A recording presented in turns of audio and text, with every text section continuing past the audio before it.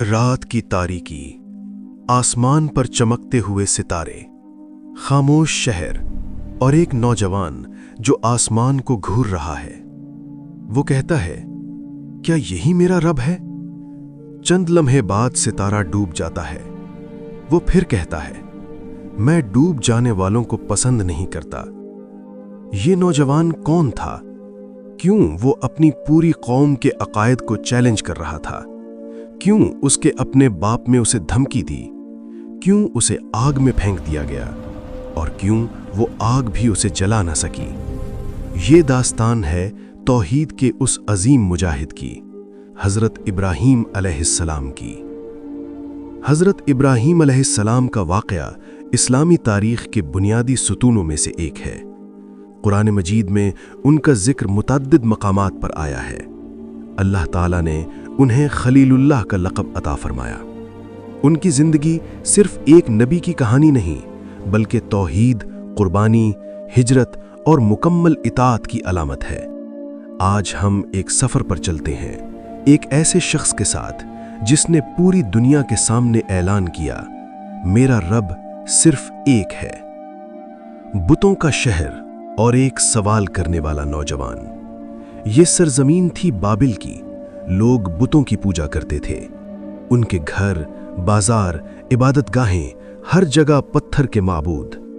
हज़रत इब्राहीम अलैहिस्सलाम के वालिद आज़र भी बुत तराश थे। कुरान मजीद सूरे अल अनाम में बयान करता है कि इब्राहीम अलैहिस्सलाम ने अपने बाप से फरमाया, ऐ मेरे बाप, आप इन चीज़ों को क्यों पूछते हैं जो न सुनती हैं, न देखती हैं और न आपके किसी काम आ सकती हैं? ये सवाल आम नहीं था, ये बगावत थी पूरे निज़ाम के खिलाफ। कौम ने कहा, हमने अपने बाप दादा को इसी रास्ते पर पाया है। लेकिन इब्राहीम अलैहिस्सलाम तकलीद पर यकीन नहीं रखते थे। वो हकीकत की तलाश में थे। एक रात वो आसमान की तरफ देखते हैं। कुरान सूरह अल अनआम में बयान करता है, उन्होंने एक सितारा देखा, कहा, क्या यही मेरा रब है?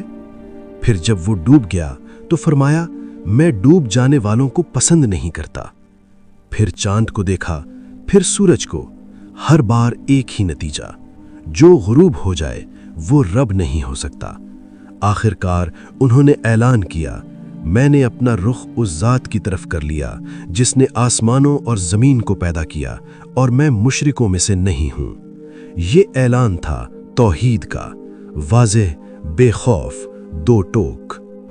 एक दिन कौम किसी त्यौहार पर शहर से बाहर गई। मौका था, खामोशी थी और माबद में खड़े थे बड़े बड़े बुत। हज़रत इब्राहीम अलैहिस्सलाम अंदर दाखिल हुए। उन्होंने कुल्हाड़ा उठाया, एक एक करके सब बुतों को तोड़ दिया। सिर्फ सबसे बड़ा बुत छोड़ दिया और कुल्हाड़ा उसके गले में लटका दिया। जब कौम वापस आई तो शोर मच गया। ये किसने किया? किसी ने कहा, हमने एक नौजवान को सुना था, उसका नाम इब्राहीम है। उन्हें दरबार में लाया गया। उन्होंने फरमाया, बल्कि ये काम तो इस बड़े बुत ने किया होगा। अगर ये बोल सकते हैं तो इनसे पूछ लो। कौम लाजवाब हो गई। चंद लम्हों के लिए उनके दिलों ने गवाही दी कि वो गलत है, लेकिन तकब्बुर सच्चाई से ज्यादा ताकतवर था। फैसला हुआ, इब्राहीम को सजा दी जाए। उन्होंने एक बहुत बड़ी आग जलाई। रिवायात में आता है कि आग इतनी शदीद थी कि करीब जाना मुमकिन न था। मंजनीक के जरिए उन्हें आग में फेंक दिया गया। ये लम्हा तारीख का एक फैसला कुन लम्हा था। एक तरफ पूरी कौम, दूसरी तरफ तन्हा एक बंदा। लेकिन उसी लम्हे अल्लाह का हुक्म नाजिल हुआ। कुरान सूरह अल अंबिया में, ए आग, ठंडी हो जा और सलामती वाली हो जा इब्राहीम पर। आग जल रही थी, लेकिन इब्राहीम अलैहिस्सलाम महफूज थे। ये मुजज़ा था, वाज़ेह, रोशन, नाकाबिल इनकार। साल गुजर गए। इब्राहीम अलैहिस्सलाम ने हिजरत की। अल्लाह के हुक्म से मक्का की वादी में अपनी अहलिया हाजरा और शीरखार बेटे इस्माइल को छोड़ आए। ये वाक़या कुरान मजीद सूरह इब्राहीम में मज़कूर है। वीरान सहरा, न पानी न इंसान, लेकिन अल्लाह पर यकीन मुकम्मल।